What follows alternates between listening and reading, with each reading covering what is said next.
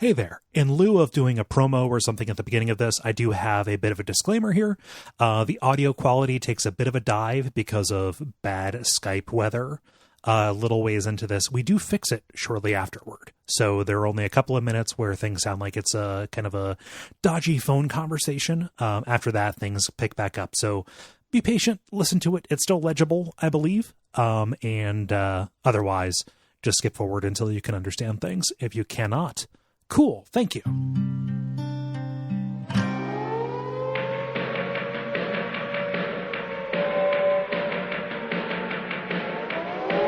Welcome to Radio Free Midworld, a podcast about the Dark Tower series of books by Stephen King. My name is Cole Ross, and I'm your host, and today I'm joined by Autumn Greer. Hey, Autumn. Hey, Cole. You might not believe this, but I'm delighted to be here, as always. This will stretch credulity. I am delighted to have you here. If you can accept that, then I think we can move forward. Oh, yeah. I can't wait to move forward because the action's about to happen. Yes, we are. Things are rapidly coming to a boil here in the Wolves of the Calla. Yeah, and you've already been on this season, so I don't have any of my famous go-to questions, to kind of ease us in. I don't really have any banter at the start. Am I correct? Are you going to be coming to Portland this year? We're still figuring that out. Okay. We're trying to work out schedule. Of course, my company put a sales meeting right smack next to it, so we're trying to figure that out. Oh, well, I hope to see you there anyway. I remember Gary saying that was a possibility. Well, in the absence of banter, how about we get started in this? Because I really want to talk about some of the reveals that are made in this. Would you believe that Andy is a dick? Who could have possibly seen this coming? Yeah. That smarmy ass robot. That smug motherfucker walking around reading people's horoscopes. All of that. But we actually get tricked because, we might have seen it coming with Andy, but we didn't see what happens with Callahan coming. At least I didn't. No, like maybe there was one or two kind of clues that this was possibly going to stand in the way. Well, why don't we just do it? So last time we kind of finished up the telling tales section of the story where Callahan shared his backstory up to the point where he left his world and came into Midworld. He was kind of brought in by the Sombra Corporation and its head Richard Sayer, and all of the low men and vampires were looking for revenge against him, and so he wound up via Walter at Caliber and Sturgis holding Black 17, not 17, with Black 13.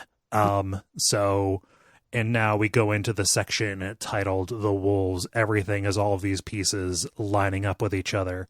How cute is it that Roland is having his little fling with Rosalita? I love all the little sexual innuendos, like the mossy coves and the, well, I've got a goose, if you know what I mean. Yep. I forgot that they likened genitals to gooses.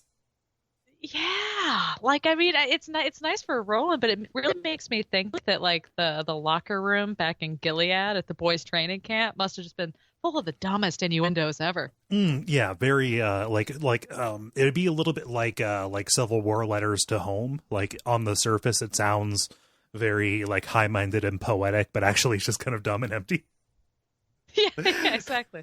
Build her an aqueduct, if you know what I mean. What? Doesn't even work. Oh, my dearest Clara Beth, the vine of our struggle. What are you talking about? Ken Burns, why are you reading this? Yeah, no, but it's very cute, and as far as I can remember, nothing terrible happens to Rosalita. So, hey, Roland, guess what? You're not batting zero in terms of immediately damning every single person that you're involved with.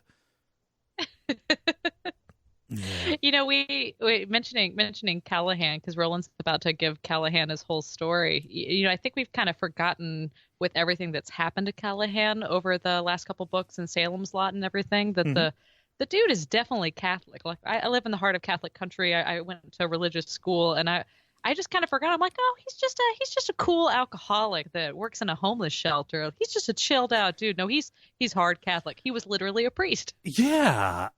You know, and he lost his faith. Like, that was part of what happened, you know, like, it was his arc in Salem's Lot. So when Roland goes and says, all right, so in order to work up to the demon baby, I need to tell you basically from square one up to now, he fills him in and says, all right, so we got to get that sucker out of there. And Callahan says, absolutely not. And he even goes so far as to say, like, if you suggest it, I will kill you. If you suggest terminating the pregnancy to Susanna, or if you try and go forward with it, you're like, immediately, like, just, it's broken. Yeah, he was all chilled out about the premarital sex that Roland was having with Rosalita, and then all of a sudden he went hard Catholic. Yeah. And this kind of fucking sucks, because it feels a little bit out of character for Callahan, and it's not just that I you know, this personally goes against my convictions about a woman's autonomy over her body and such. It's not just my personal thing. Like, this gets in, like, it almost feels like a plot contrivance. Like, oh, we wanted to tell this story about what happened to Callahan, and also we need to have somebody who is very much on the side of she needs to carry it to term. Yeah. Yeah. It's again, because you don't see it coming, because they're talking about ways to kill all of these wolves. I mean, they've been pretty proactively talking about murder. Yeah. Well, and then in this circumstance, he's like, excuse me, this is a murder that you're talking about. Yeah. Well, and then Roland says, like, you know, we're like 95% sure that it is unholy, that this thing will, you know, probably not just kill Susanna, but also, like, maybe it might kill Rosalita, you know, if she goes into labor here. Yeah, you know, I'd eat the entire town. Yeah, like, we have no idea. And immediately Callahan kind of, like, clams up and says, oh, well, that's for God to decide, etc. And Roland makes a few very good observations about this. But one of them is, like, haven't you killed, like, thousands of monsters? Like, I don't know. Yeah. There's a really interesting thing, too, that Roland notes, where as soon as they start talking about this pregnancy, Callahan stops using Susanna's name. She's just the woman. Right. Yeah. So she's no longer, in his eyes, a fully realized character in this fine novel. She's an area where a murder might take place, and I have to hold fast against that murder. She is a commodity to be protected. Right. Yeah, it just feels very strange and very out of place here. You're right. It's easy to forget that Callahan was a priest. No matter how much he was, you know, the cool drifter, you know, like, he's still fulfilling that role. Like, he even says, like, oh yeah, Rosalita, she knows all that stuff, but she never do it because she's a Catholic. It's like, fuck, this followed us here. It's like how the only thing I remember from algebra is FOIL, first, outer, inner, last. That's the only thing I remember. I've put everything else by the wayside. Yeah, but Callahan's out here. He's playing fast and loose. Like, we can, oh, it's man Jesus, that's fine. But no, here is that one particular thing. And Roland chafes under it, and he even just kind of says, like, yeah, you know, if this comes to disaster, it's on you. And, like, so it's a little bit more. It's not two-sided, because one person is definitely wrong here. But it's a little bit more kind of more back and forth around this, because Callahan tries to turn it against Roland and say, okay, well, what's your first concern in this? It's not for Susanna's well-being. It's for the fabric of the Tet, and it's for the integrity of his mission, right? He says all of this is to A, find the tower, and B, protect the Rose. Things that get in the way of that, such as one of our Katet dying, that is a huge problem of, you know, not just universal importance, but multiversal importance. Well, we started having problems in the content when we started keeping these secrets, like everything with Susanna with the pregnancy and everything. And we set up another one here when he's like, if Eddie finds out that you said that there was a chance to terminate this and you are the one that stood against it. I mean, I don't know what he would do. I mean, I'd imagine he'd want to kill you. Yeah.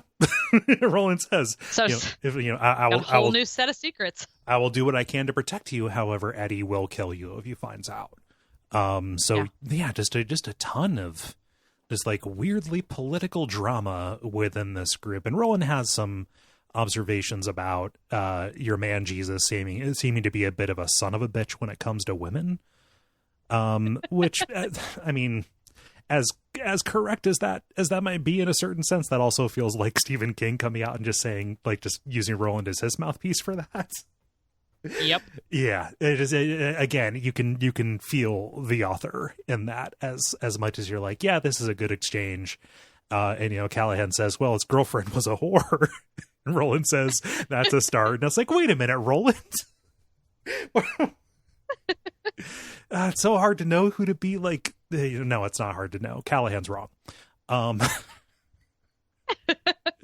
I don't know. You mentioned the secret keeping. It's a little bit dispensed with. So at the end of the previous section, Susanna finally decided to open up about what she believes is happening with her, saying like, I might be a little bit in the family way.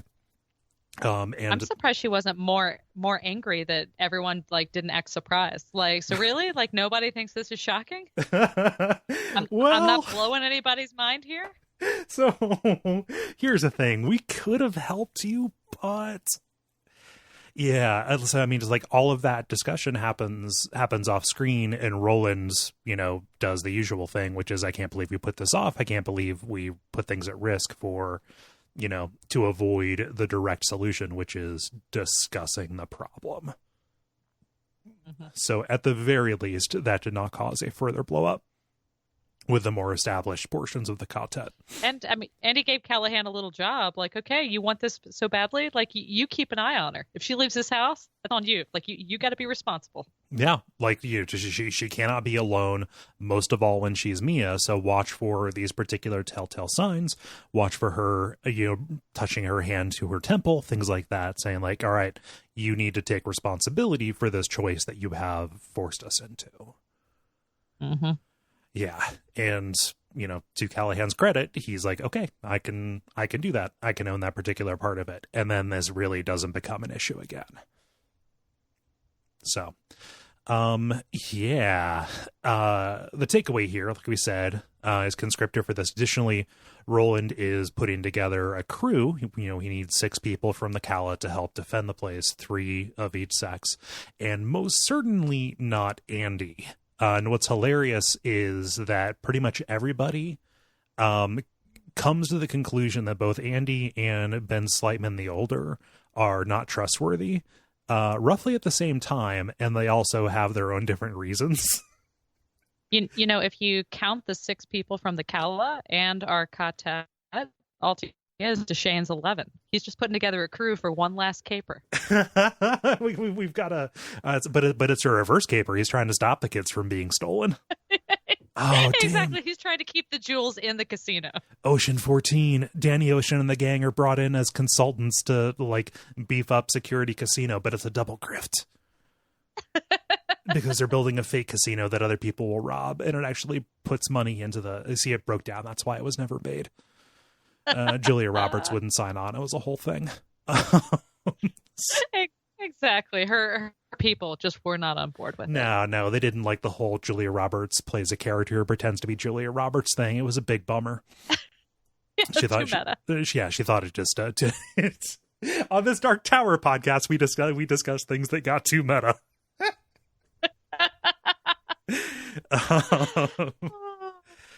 Oh man. So we have a little bit of a time skip here because there are, a series of 5 or 8 days where the quartet is doing more schmoozing. Everything up to this has been kind of preamble. They're actually putting their plan into motion. And there's an amazing sequence where Susanna demonstrates not just that she has learned how to throw the plates from the Sisters of Ariza, but she has completely outclassed them. She is dual wielding these platters. Oh, yeah. Yeah, she fires off. What does she fire off? 8 in 3 seconds? Yes, she fires them off 8 in 3 seconds, throwing 2 of them at a time. They hit a figure traced against the wall in a straight line about 2 or 3 inches apart. They say one person observes, "Oh, if that was a person, he'd be he'd be cutlets right now." And then Grandpere shouts out, he ends the little section by saying, "You're bugger." While they're going around and schmoozing the town, and while Susanna's learning this too, I really enjoyed the the what's basically the George Carlin usage of the word "fuck" history about Kamala. They're like, Kamala has over 278 definitions. It can mean this. Yep, in the English language, it's a full bit. Yep, it's multiple, and different characters even observe that, like, yeah, Kamala is basically Smurf. Like, it is used for every noun, every verb, every adjective. With that Smurf really smurfed the Smurfy Smurf. Like, yeah, except replace Smurf with Kamala. Yeah. Oh, it is very good. There are a couple of times where King kind of reflexively talks about the changing use of language in the back third. There's a section, I believe, in Song of Susanna where he says, like, "Oh, I never thought that I would write a fantasy story where I invented a language like Elvish, but here we go. I guess we've got these people walking around saying ka and kamai and stuff like that." You can even see it, and we'll talk about this later, but when he's there with Calvin, when Eddie is, I mean, the words that are coming out of his mouth don't make any sense. No. And and Calvin, he is mostly just kind of tracking along, and anything that seems antiquated, he is saying, like, "Aha, it is like from this book." But otherwise, he's mostly following context clues, I think, like we all are. Yeah. So, seems like they've got a shot, especially with Susanna on their side. There's a little bit of kind of sleight of hand being done with essential facts about what the wolves are. Like, Roland debriefs Eddie on his conversation with Grandpere about when he saw one of the wolves after one was taken down. And they say, like, "Wait a minute. It's what?" It's like, "Yeah, I know. It's so obvious, right?" They never actually come out and say it. And it even extends to when Roland and Susanna are coaching the other throwers, like, "Hey, you need to aim for the very tippy top of the head." Yeah. It is kind of, they kind of dodge around explaining that, like, "Oh, these are robots and they're aiming for the satellites on top of their heads under the hoods." And we do see once again that Roland could have been a really good court, because he has Susanna hold back a little bit so that one of the town's ladies can beat her in like one round of competition, and that's some good coaching. Yeah, he's managing morale. Mm-hmm. Yeah, morale and confidence. He understands how important those are. Yeah. I forget what we were going to talk about. There is a funny moment where Jake is kind of musing on what will happen if there's a slaughter. If one of the parents, if a set of the parents who are both fighting, if they die, if baby Aaron was left orphaned to Andy, which is like nobody in the Calla can step up and help him. Andy would have to raise this kid. Jake observes he would probably die within 6 months, die or turn into the weirdest kid in the universe. There. Would you like a horoscope? I would like food. Yeah, exactly. And like all the other kids in town will be like, "God, he's one of those Andy school kids. They're always weirdos." Oh man, he drinks skim milk. It's so weird. Yeah. Jake, while he's, reflecting on that particular horror, he is also kind of just churning over in his head what he can do just about this quandary that he has with his new best friend, Benny, and his dad, the elder Slightman. And there's some setup being done here, kind of pointing to the fact that Slightman doesn't just have spectacles, but has spectacles that are conspicuously out of place here. There are a couple of theories like, oh, maybe like some Manny went to another world and got him some glasses, etc. But this got him a really nice pair of Ray-Bans, you know? Yeah, he's got some gunners just to reduce his eye strain. He's got those Tom Ford glasses. Very chic. None of that Warby Parker shit. Yeah. Yeah. Yeah. It's a little bit like, in The Wind Through the Keyhole, when what's his name has the watch, remember? Mm-hmm. Yeah. It's just like little symmetries. Little symmetries are nice. So the status of the vote is that Eisenhart is on Roland's side. However, none of this has been able to win over Overholser, nor Took. They figured that Took was a real son of a bitch, and he would never have come over to the side of seeing reason just because he's a miser. However, Overholser, that is a disappointment. These townspeople, we're getting to know them, but we're also finding out which ones are jerks. Yes. Like it's not all idyllic. You used to be cool, Overholser. And this chapter called Secrets, ends with kind of two requests that are made that set up the kind of branching drama that we have over the next two chapters for the rest of this section.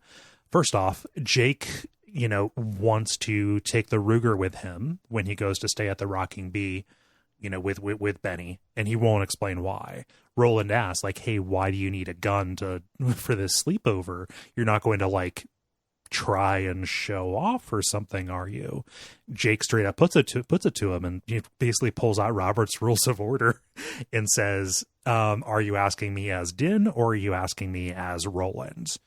Roland doesn't force the issue. He ends up trusting him, but Jake sees a need to protect himself. Just shows how far things have gone off in this world that's moved on. I mean, anybody else, if a 10-year-old boy was like, can I bring a gun to a sleepover? You'd be like, what? No. You better be talking about a Nerf gun, boy. Yeah, seriously. Yeah. Yeah. Go on, just put it in your knapsack. No reason you can't bring a handgun with you. Yeah, just make sure you're a boy sleepover. Yeah, just put it toward the bottom. That way, we don't want this to be a safety issue. Yeah. Yeah. The other request, which feels very outlandish, is that Eddie wants to go to New York.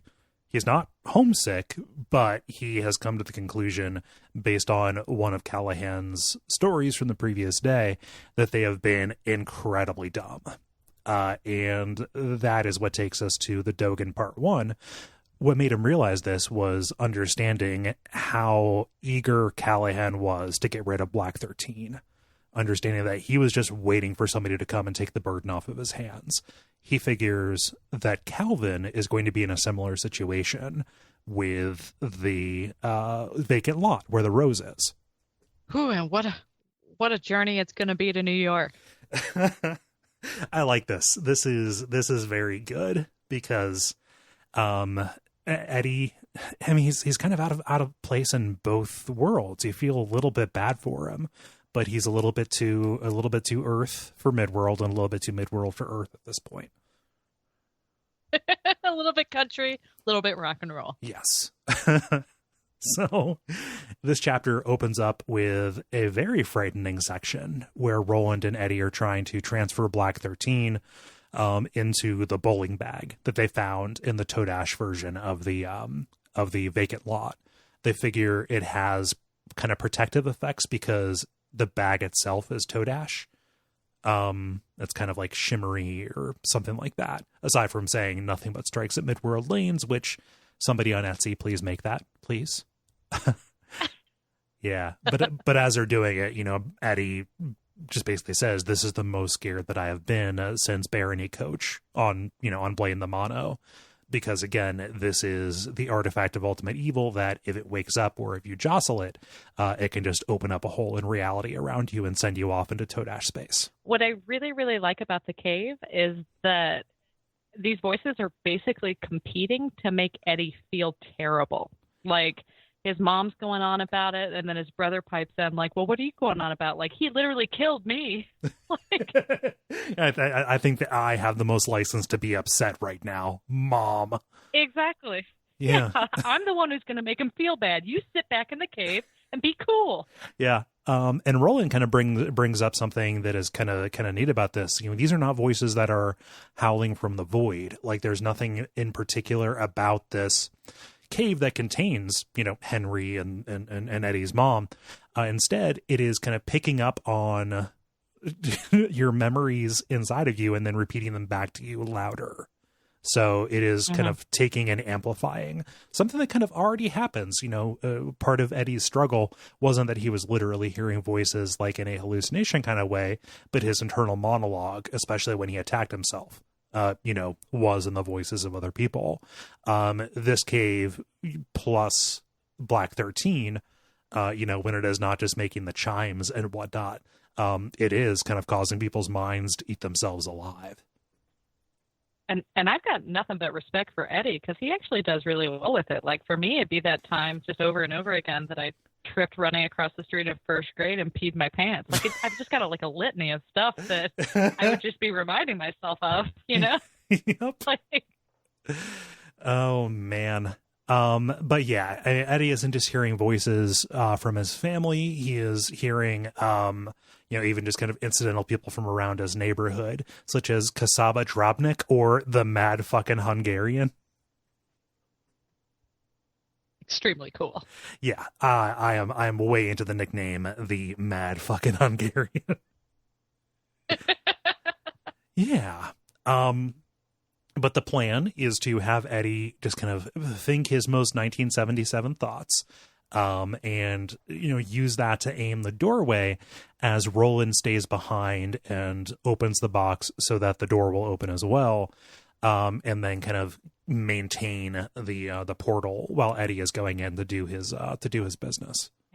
I love when Eddie gets to 1977 and we have that Charles Dickens A Christmas Carol scene. Like, well, what day is it today? Why, sir, it's Christmas Day. It's the 23rd of June, 1977. So, can I ask you directions for City Hall, or will you just tell me to go fuck myself? I think is what he says. Yeah, that's a good part too. Yeah. I also like, they're about to go through, and Eddie at one point even said, all right, well, Jake's a kid. Susanna, we have no idea what's going to happen with her. Roland, you're really out of place. You're not really that suave in terms of our world. Like, I'm the only person who can go do this, who can undertake the risk. But then he realizes, shit, what's my hair look like? What do my clothes look like? Will I be out of place? And all it takes is one little piece of rawhide to tie his hair back to fit in as kind of somebody who's like a back to nature hippie kind of guy. Wow. Not a good look. That's also not how I picture Eddie, but Yeah. So. Yeah, like an art teacher from some period piece comedy show, Yep. Just yeah. Like the guidance counselor from Freaks and Geeks or something. Yeah, he's a cut character from Wet Hot American Summer. Yeah. But yeah, Eddie has figured out that, okay, time is moving faster, but we're not exactly fucked just yet. One aspect that may have them fucked is that when he approaches the Manhattan Restaurant of the Mind, Jack Andolini's car is outside. There's such a difference compared to book 2 with the way that we see Eddie right now encountering a lot of the same characters. Like, Eddie is cool, measured, knows exactly what he's doing. He's got a plan. Like, he doesn't hesitate at any moment during this when he runs into Jack Andolini and his guy pal George Biondi? Biondi, yeah. Biondi. Yeah, big nose Biondi. It's so satisfying, isn't it? Oh yeah. This is a great scene. So this is so good. Remember the state that Eddie was in book 2. He was coming down off withdrawals. He was sweaty. At one point, he was naked, and fighting people with guns and such. Badass in its own way, but lacks a certain amount of dignity. Eddie, he has doubts. He is processing the situation on the fly, and he's caught off guard a couple of times, but at no point does he lose his cool. It's great because, he rolls up. He breaks into the store because it's been closed, And he sees Andolini and Biondi. They're not physically threatening Calvin. Instead, what they are doing, one of them has what appears to be a mason jar of gasoline, and they are threatening to burn Calvin's rare first editions. Which is literally probably worst thing that guy can imagine. Yeah. It's very funny that. Okay, so there's a lot of stuff about Calvin Tower that I'm going to reject because I see quite a bit of myself in him. So I think maybe it's a little bit too close for comfort. But yeah, you're right. Like they understand what's going to make him panic more so than just hurting him. But also, like, Calvin probably knows that they can't actually hurt or kill him because he has something that they need. Yeah, he'd probably be willing to lose a hand, a foot, and at least one testicle. Yes. Before he'd lose any of the boats. Yeah. Even like Eddie even uses the testicles though, in his appeal at the end, saying like, "Hey, how attached are you to your testicles? Because if you don't leave, they're going to come back for you, and probably take them." Yeah. But they're torturing him. It's just very hilarious. He's got this, this glass-faced cabinet with a bunch of stuff. It's not all of the most expensive stuff. They mention that he has a signed copy of Ulysses that is worth $26,000.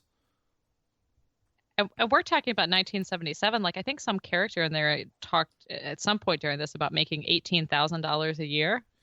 Or maybe that was back in some Callahan stuff. So I mean, we're 26,000 is I'm sure in today's money would be what, like somewhere $100,000. Yeah, I would say that seems like a safe bet. For comparison, they pull out one that is listed as being worth 7,500, and one of them remarks that, "Oh, what would make a book worth more than a new car?" I tell you, they're lucky that this is all happening in 1977 and not in the modern era where Calvin Tower also has access to eBay, because he would not own this vacant lot anymore. He would be bad and dead. Yes, no, he would. It would be terrible. I have no idea how he even got a hold of this stuff.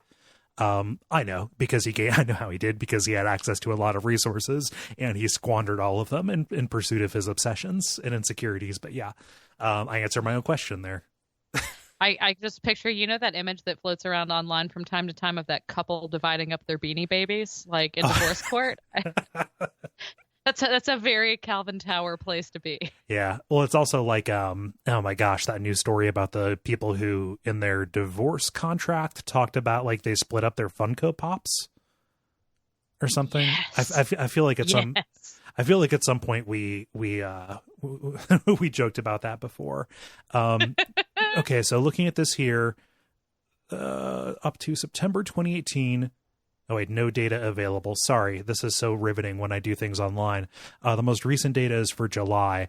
That is $107,900 thereabouts. Okay. So yeah, so you were in the right order of magnitude. You were very close. Yeah. So I'll take any of these sidebars if I get a feeling of validation out of them. Why don't you look up some more stuff that says that I was kind of close to being right on something? Yeah, let's play Time Machine. The Price is Right. Yeah, I got nothing but time for stuff like this. So Eddie says, "I've had enough of this," and he decides to get some revenge on the people some prevenge on people who made his life hell in the future. I like that term, prevenge. Yes, he could say to get prevenge on them. I love his opening gambit too, because he understands, it doesn't matter if the person, doesn't know you. If somebody says your name in a cheerful way, no matter what you're doing, if you're menacing a fat guy with a jar of gasoline, somebody says, "Cole," I look over like, "Hey, how's it going?" Not knowing that I will be pistol whipped with the world's largest pistol. Yeah. Which is what Eddie does to Biondi, Big Nose Biondi, who's got a huge beak. It's kind of what he's famous for. Eddie takes this pistol, which has they say it's got a barrel like the Queen's Tunnel, then just smacks him one, and very quickly subdues Andolini afterwards. He doesn't want to kill either of them because that would make more trouble than it's worth, but also I think Eddie's a little bit afraid that he's gonna mess things up, and at some point Andolini will not make his appointment to be devoured by lobstrosities. It's so satisfying too, because there's not a moment in this where Andolini has just even a speck of the upper hand. Like, he's been caught, to use the vernacular, with his pants down. And, I mean, he's just as naked as Eddie is, functionally, and Eddie just like, ooh, he's so sharp and clever. I mean, he's good. Yeah, well, he's also, I mean, he's talking a huge game. Like, he's even saying, like, you know, guess what? Go tell whoever sent you, you know, just go tell Balazar, go tell, and he's like even naming Andolini's like brother, like all of his family and stuff. I'm gonna kill your mom. I'm gonna kill your dad. I'm gonna run up in your grandma's house. I'm gonna kill her. You don't know me yet, but I know everything about you. Yeah. Yeah, it's great. I like it quite a bit. And he even says, like, hey, take news back to Balazar that Calvin here, he's not going to sell you the lot. He's going to sell it to the Tet Corporation. Nice save. Yeah. It scares him off, you know. Biondi comes to, and they decide, all right, well, it's not worth dealing with this with just us two. Eddie knows that they're going to go to Balazar, get some dudes, and come back and make Calvin's life hell. So they have not a lot of time to spare, which Calvin then tries to impose his own existential inertia onto that time limit. And Eddie eventually concludes, I don't like you very much. Oh, yeah. I mean, Eddie ends up, I mean, this is the person that should, like, I mean, Eddie just saved his life effectively. He just saved his books. I mean, Eddie is obviously like this mystical figure. And as soon as like the mortal peril is like maybe 10 minutes away, he's like, well, I don't actually know who you are. And, you know, I've had this lot for a long time. Like, piece of shit. Yeah. He's saying like, oh, my analyst is saying like, oh, this is a trait that I have and it has to be okay. And well, my first wife, she left me. She said, I thought I married a man, not a pack rat, blah, blah, blah. Like, Calvin just has a lot of kind of like self-reinforcing selfishness to him. Yeah. And no matter, like, I mean, Eddie pulls out a gambit here that we're going to talk about. Like, he straight up, he straight up affirms an ancestral truth of Calvin Towers' whole family, of his purpose. And Calvin's like, well, I can't leave right now because I have somebody coming by to look at a rare copy of so-and-so. I did like this one moment in there when Eddie's talking about how Balthazar is going to come back. He's going to burn down your whole story. He's going to burn down this and that. He does mention Burns-O-Matics, which I know is a brand name, but it's a brand name we know for a blowtorch from Misery. Oh, yeah. I forgot about that. That is very good. Yes. Well, like Eddie specifically says, yeah, they're going to come back with a Burns-O-Matic and they're going to use it on you. It's not they're just going to burn the place down, but it's like literally doing like a Marcellus Wallace. I mean, I'm going to get some tongs and a blowtorch, you know, just some real upsetting Tarantino kind of stuff. Absolutely. Calvin. Get it together, Calvin. Like Calvin's like one of those people that, because, you know, I'm a firm believer in self-care, but that talks so much about self-care that it's more being selfish. Yes. You know, like he's like that kind of person, you know? Yeah. He's locked himself into a pattern where as long as he does what he feels like, it's not a problem. It'll be okay. Yeah. I haven't filed my income taxes for the last 4 years because, you know, it's about self-care. Yeah. I'm not in a place where I can file income taxes emotionally. Kind of doesn't factor into the end of the world's plural, Cal. My other favorite detail about this is that Cal, there's coffee. And Eddie gets Calvin a cup. Well, first off, Calvin is, way too shaky to drink a full cup, so he pours it out, so he only has a half cup. Meanwhile, Eddie, he eventually just starts drinking the half and half because it is one of the rare luxuries that is just not available to him, which is very neat, I think. Like, I can get coffee anywhere. It's that sweet cream I can't get. You know what? Now that I think about it, we haven't seen a lot of cows in Midworld. Yeah, not a lot of threaded stock. I think they mostly, instead of giving milk, I think they give that goo that's inside glow sticks. Yeah. And Eddie's probably had to deal with enough scarcity that it starts to be like, I don't know, like that book, The Poisonwood Bible, where protein is just so important to Eddie that he's not going to miss a chance to get any free fat and or protein. Oh yeah, no, I just feel like even shitty creamer, like he's just going to they talk about it, he says like, oh, he's sipping it like it's a thimble full of brandy. Yeah. And speaking as somebody who has recently started adding half and half to his coffee for tummy reasons, I get it. I thought you were actually going to say has started adding a thimble full of brandy to his coffee, and I was like, yeah. Wow, well, nice. Quells the shakes. Good morning. Yeah, hi. So, but yeah, Calvin is neurotically attached to the lot. He's attached to his books because he's a pack rat. He just has a lot of kind of irrational attachment. However, in looking at this cabinet full of books, Eddie's attention is drawn to one particular book called The Dogan. And Calvin, he sees fit to give a whole history lesson about, this is especially rare because it's not supposed to be called the Dogan. It's supposed to be called the Hogan, after this kind of semicircular Quonset hut style building that Native Americans used to live in the West, etc. Eddie doesn't care about that whatsoever. He cares because it is written by one Benjamin Slightman Jr., which also adds up to 19. Yeah, that's a name that we know from as recently as like 5 pages ago. I know, right? Same thing as, remember Overholser, right? Calvin also called out Jake's name as being something from an Overholser book. So we have all of this. Also, Benjamin Slightman, he lived in Sturgis, I believe. Like he retired to Sturgis after he made it big, writing these books, etc. It's just way too much to be a coincidence. And this is something that kind of attunes Eddie to the fact that Slightman might not be on the up and up. Like this is seen as like a Deus Ex Machina clue. That Slightman has a bigger role. When Ka wants to give you a clue, Ka really slaps you in the face with it, huh? Ka doesn't have time for subtlety.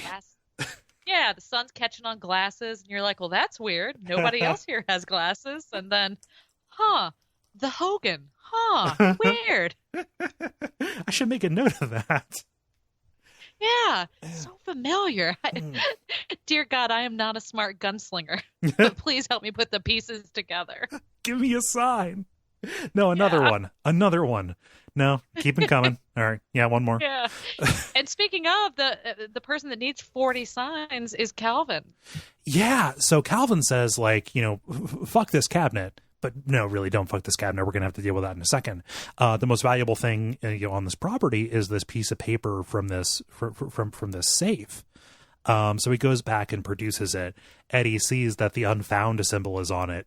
This thing is written by, Stefan Torin, like way back, dating to 1846 or something like that. Yeah, that adds up to 19. All of the dates add up to 19. And Calvin plays a fucking guessing game with Eddie, saying, I will not trust you unless you can tell me what is written on this paper. If you're actually here to talk about, this last piece of Turtle Bay that my family owns, then tell me what's on here. And Eddie says, like, oh yeah, definitely it's Deshane, right? Probably either Roland or Steven. He's like, fuck, it has Roland Deshane written on it, line of Eld. And that still isn't enough, Autumn. It's not enough. Yeah. This actually probably would be me in like the fantasy novel. Like I'd pop into Narnia or something, and I'd be like, it's kind of hot here. I don't like it. Yeah. Or like fate smacking you in the face. You're about to go on a quest, and I'm like, I don't have good shoes. Yeah. I don't know. I'd rather go back home. And Mr. Tumnus, your knees don't bend the right way. You've got a whole goat leg thing going on. I don't want to miss my stories. Just come back later. Yeah. You're freaking me out. Yeah. Oh, yeah. So it takes more cajoling. Eddie's plan for Tower is to leave, to go upstate, to go to New England, because Eddie specifically cannot picture Balazar's men. I think they say like wearing a checkered cap and drinking Moxie or whatever. So like, okay, go on a vacation, get Deep No. Deep No is getting cancer treatments. We know that Deep No lives because Deep No is there to help save Callahan later on. But go up there, draw up a contract because I'm going to buy this primo piece of Manhattan real estate for $1 American. That's a down payment, though. Also, write down the zip code of your destination at the vacant lot. It is imperative that you leave because, really the only thing determining when, not if, when Balazar's men get here is traffic. Like, if it's a rough day, go ahead. They also kind of throw in as an aside too, like, oh, by the way, you're going to need a lawyer. And he's like, well, actually, Aaron's a lawyer. Yeah. What a freebie. Yeah. Aaron's a lawyer and his brother's a lawyer. Don't talk about his cousin, I think, because he definitely died in a plane crash back in 1994. Yeah, it was really fucked up. That's such a weird connection between this and Insomnia. Yeah. But yeah. However, there's one final condition. Eddie gets him to agree, hey, pick up, leave, ignore that appointment for somebody looking at the rare so-and-so. There's one more thing, because Calvin knows and Eddie knows when they come back, they're going to burn this place down. Calvin has actually seen the door behind Eddie. He sees it as kind of a shimmering area. He actually saw Eddie turning around and looking at Roland, with the bullets in his ears, trying to ignore the sound and, just in tremendous physical pain as he tries to keep the box open. Calvin says, well, if there's any place where, if that is a place where my books will be safe, okay, put on your lifting belt. Let's get a furniture dolly and let's take these rare books in this cabinet between dimensions for safekeeping in the cave. And they make sure to show us that Roland is in a very real physical pain. Like, he's barely getting this done. And like, he thinks to himself, yeah, I bet a lot of this pain with this dry twist, it ain't going away if I hold this open much longer. But, Calvin's got to have his books. Yeah, yeah. Like, Eddie even remarks, like, yeah, your hair is whiter than when we started this. Yeah. Yeah. And you've been pelted by so many Beanie Babies thrown through the portal. Like, you're all bruised up. It's an avalanche of Funko Pops. That Michonne, that sword is very pointy. Everything about the Michonne Funko Pop is very round, except for the sword, and that goes right in your eye. You're not supposed to get swords in it. And so Roland thinks that he's kind of playing off the dry twist that he has. He's playing it off legit. Like Eddie says, your rheumatism kicking up, old man, right? But Eddie knows that it is more profound than that. Also, they discuss, there's nothing good about Slightman. This is a problem. It's the glasses. It's the book. It's the Dogen. Like Jake is in terrible danger. Yeah. Any final thoughts on your part about Calvin's exploits here? I think I've said everything I need to say about Calvin, and I can't say that I'm looking forward to seeing him again in the future, but oh, Calvin. Man, Calvin, you're not only your own worst enemy, you're kind of ours. Again, I see a lot of myself in him because I also cling to possessions and have a certain existential inertia around difficult to say. I'm a dickerer, a ditherer. I don't dicker. I've never bargained for anything in my life. I'm a ditherer. And I have to imagine after just years of the internet age and all of those emails where princes have 10,000 USD, I wouldn't believe Eddie either. I'd be like, okay, yeah, sure. I've got this like deed or whatever. So yeah, I can't say I don't have a lot in common with Calvin too. I mean, a hippie with a howitzer just traipsed across dimensions and said, give me this thing for $1. Like there, yeah, my skepticism would be up. That's going to be really good branding for Eddie's Marvel movie. The hippie with the howitzer is pretty good, like Merc with the mouth, right? Yeah. Oh, such good mouthfeel. The guy got kind of a cellar door thing going on. Yeah. Yeah. The most beautiful superhero description in the English language. So This cuts over. So the first Dogen, part 1, was about the book. The second Dogen is about the actual structure that we're going to find that becomes very, very important, specifically to Susanna's story. But let's cut over to Jake's kind of part of this, as he intentionally tries to tucker out his buddy. Do you ever feel like, because Benny doesn't come off really bright, like he doesn't seem like a smart boy in this section of the book, like the questions that he asked Jake, like, what does your room look like in the other world, like he just reminds me of Ralph Wiggum. Like he's like Ralph Wiggum. My Billy Bumbler's breath smells like Billy Bumbler food. Yeah, I choose you as my friend, Jake. Like, oh man, I think that Benny could be played off as slow. I just think he's really soft.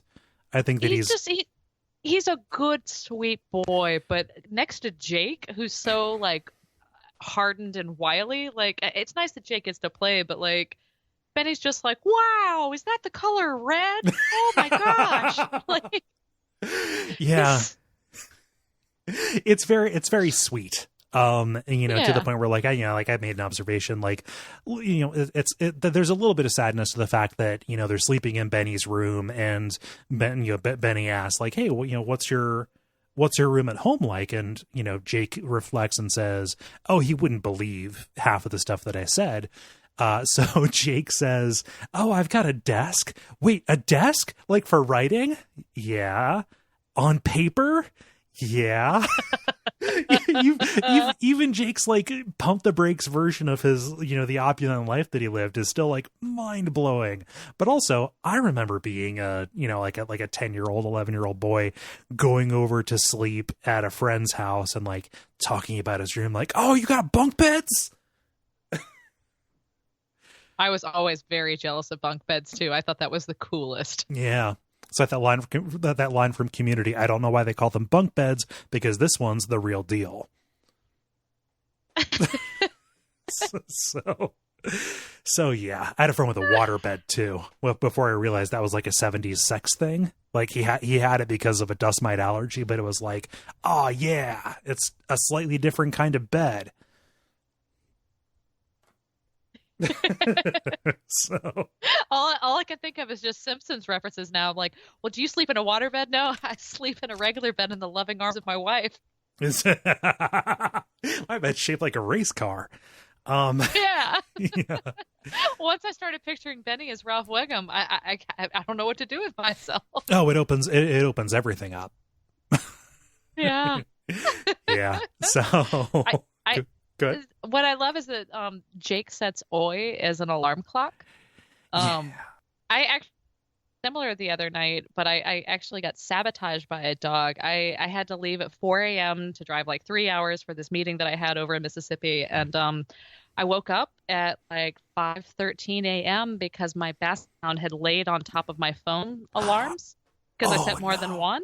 And they were all going off underneath her body, and I did not hear them. Oh no! Well, luckily I like budgeted fine. Like I got there with like 3 minutes to spare because I'm really weird about being early to everything and traffic and stuff. But like, thanks. Yeah. I really could use an Oi. MOON. That spells wake Autumn up on time. Yeah. I love how they constantly there are a few times in this chapter, but throughout the series in particular, they're like, does Oi understand, or is he just mimicking back? Like, no, the answer has always been that he understands. Yeah, MOON, that spells quartet. Yes. Oi get. And MOON, that spells, and then he just mimics the marimba sound from an iPhone. Yeah. So he sets that, and he decides, my friend is tuckered out, we're going to go, and he actually crosses the river, where he saw, Ben Sr. and Andy cross before. And things are weird in Thunderclap. I love this kind of slow gradient that they have from, it's kind of like regular rural civilization to like, oh, there's busted up concrete and fluorescent lights. But it's also slightly weird. There's like cactuses that like move and reach toward you. And a bunch of dead lady cats. Yes. lots of lots of rock cats. They've been harvested. Rosalita has she has harvested them all. But yeah, he follows their trail. I believe Roland's gonna get a rubbing tonight. Please don't say Roland's getting a rubbing. Oh, he's getting a rubbing. Both kinds. Nice. But yeah. But Jake is he's grabbed one of Ben Slightman Sr.'s handkerchiefs, and he's using that to give Oi the scent, and this leads them to this kind of Quonset hut looking thing that is made by North Central Positronics. This is actually called a Dogan. Is another nice little coincidence. Another nice coincidence on top of that is that there's a voice activated password. Jake gets just gets a lucky guess. Says 19. I don't think a lot of places let you have a 2-digit password, but there you go. Yeah. Yeah. At least he didn't try like password, but the O is a 0 at first. Pencil 69. Yeah. Not the so he also he did it under duress too, like it was giving him a countdown. And this is a very tense kind of scene because Jake has no way of knowing if Andy and the others are right behind him, right? So he is looking at this kind of huge assemblage of technology that is like a piece of blood. There's a bank of monitors. Kind of bringing more paranoia into this. He sees on the monitors that the entire Calla is wired with security cameras up to and including like inside the church and Callahan's house. He just thanks their lucky stars that most of their palaver was done outside. If I learned anything from the 1990s movie Sliver, it's that William Baldwin is probably watching everybody in town and J.O.ing all the time. Oh, yes. Absolutely. Yeah. There's definitely another Dogan a couple Callas up where he is just jerking it so right. Yeah. Oh, the lesser Baldwin's always getting into those kind of messes. I wish I didn't say mess. Hey, Sharon Stone is a big name. It's worth it. Yeah. So, fortunately, well, I guess it's unfortunate because it's kind of crazy that this old-timey village is, wired for sound. But he sees on the monitors that Slightman and Andy are approaching. And we get something that is really akin to like a vaudeville kind of act. Like Jake even recalls back to Elmer, like when he would see people like this, he'd say, get him an act on vaudeville whenever there was this mismatched pair that hated each other. But before he can do that, he has to go into this bunk room that is full of these desecrated corpses. Again, a piece of blood as he hides out, smelling the cinnamon and clove of the long decayed bodies. It's pretty gross. Very gross. And also Jake can hear the entire conversation. So when I allude to this as a vaudeville kind of thing, so not only is Andy awful, but Andy and Slightman hate each other. At one point, Slightman, kind of gives Andy some sass, and you feel a little bit bad for him momentarily because Andy pinches a nerve on his elbow, completely racking Slightman's body in pain. And he says, "Oh, that wouldn't have caused any permanent damage unless I squeezed harder." Yeah. And Andy's so hammily fake apologetic about stuff too. Cry pardon. He's he's so evil. I love it. Yeah. Well, one of his tics, as Andy is kind of, trying to play things off legit, when you look at his tell is his eyes will flash as though he is laughing, even though there is no laughter coming out of his voice box in his chest or whatever. But, Andy, Andy is not just this, cipher. He's not just a human looking and sounding operating system on top of, basically an Amazon Echo. He has actually been around and really, really resents the role that he has been put in. The reason why he gives Slightman the Vulcan death grip is because he says, like, you know, I get this shit all the time from these villagers saying, Andy, do this. Andy, you're so dumb. Andy, go do this. I'm not going to get it from you, stooge. And we learn that Slightman is kind of a fellow traveler in this. He is somebody who is complicit in the terrible act that the wolves are going to perpetrate. But it is kind of out of circumstance. He has been selected and groomed and tempted because he is the only parent of a non-mated twin. Because he, you know, because he had, you know, like Benny, you know, was born as a twin, but the other one died.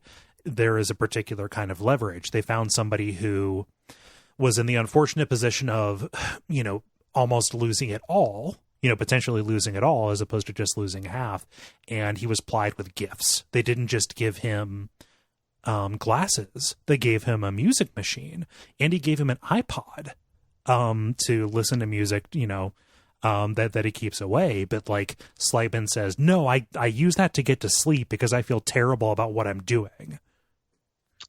Oh, what a petty justification, Slightman. Come on. Yeah, that's why I'm hedging my my statement saying you almost feel bad for him. Oh, yeah. You know, you're stuck with like Dirtbag Andy and Dirtbag Slightman, and you kind of want to feel something for, I mean, it's just human nature. You want to be like, oh, poor, they both suck. You're the worst guy. Yeah. Slightman is definitely, he's a traitor, you know, and he is not going to get no, I'm not going to talk about that. We're going to talk about that next episode because it is fucking heartbreaking. What ends up happening actually. But you can't say, that it, you know, you can't say that it could have happened to a nicer guy. Yeah. You make that devil's bargain. Payment comes due. Yeah. So what they're doing, in between bickering with each other and poking each other's eyes like the fucking Three Stooges, is they are connecting over the monitor, talking to somebody named Finley Otego, at a place called Algul Ciento. We're going to learn a bunch about this in the future, but what's important right now is that they are talking to him in order to report on the movements of the quartet. And we're getting good kind of counter intel information out of the back of this because we learn that Slightman and thus the wolves know that there is something hidden in the cave. They saw Eddie and Roland going up there with something. They believe it might be maps. They believe it might be a couple of different things. There's a bit of a guessing game aspect to this. And also they believe that the plan to hide the kids down in that arroyo, down in the mines, is a misdirection. They think that there is, you know, that there is more to the plan. So, you know, those are important things for Jake to know that they know, right? You know, it's so funny because in this book, the forces of good are just completely blind. And I mean, they're kind of just dragged along by Ka. And the forces of evil, they're just so smug and so blind as well in a different way. Like, they're just like, you can just tell they're all patting themselves on the back. Like, oh, yeah, we know their whole plan. I've got glasses. You're a robot. You know, Glasses and the robot, the famous crime duo. Yeah. But I mean, they're just both so blind. Like, one's through ego and one's through, I mean, you're just a human, like, trying to walk the path of the beam. Yeah, it's faith in the face of incomplete information. Yeah, they are being dragged along, you know, by a greater force, versus people who see incomplete information and say and extrapolate that they know everything and they don't need to know more. That's what we always see with our Stephen King villains: is they all get smug and they all forget something. They forget a boiler in a hotel, or they, you know, they things forget get a little flaky around. Yeah, they forget that they sent their loyal servant out to the desert to find nuclear weapons. Whoops. Oopsie. Yeah. So it's fortunate that Jake at least has this piece of information. He ends up waiting as they leave so he doesn't get caught in their back trail. And this is, again, very tense, you know, kind of underselling the moment-to-moment drama of this. I am very interested in the fact that as Jake is looking around, he sees on the equipment logos for companies like GE and IBM. He doesn't recognize Microsoft because Microsoft doesn't exist yet in his world. Notably, anything that is stamped with La Merck doesn't have a made in the USA mark. It doesn't have a made in anywhere mark. You know, we skimmed over something when Jake was first here that I wanted to, our first saw Slightman and Andy together in this scene that I wanted to mention.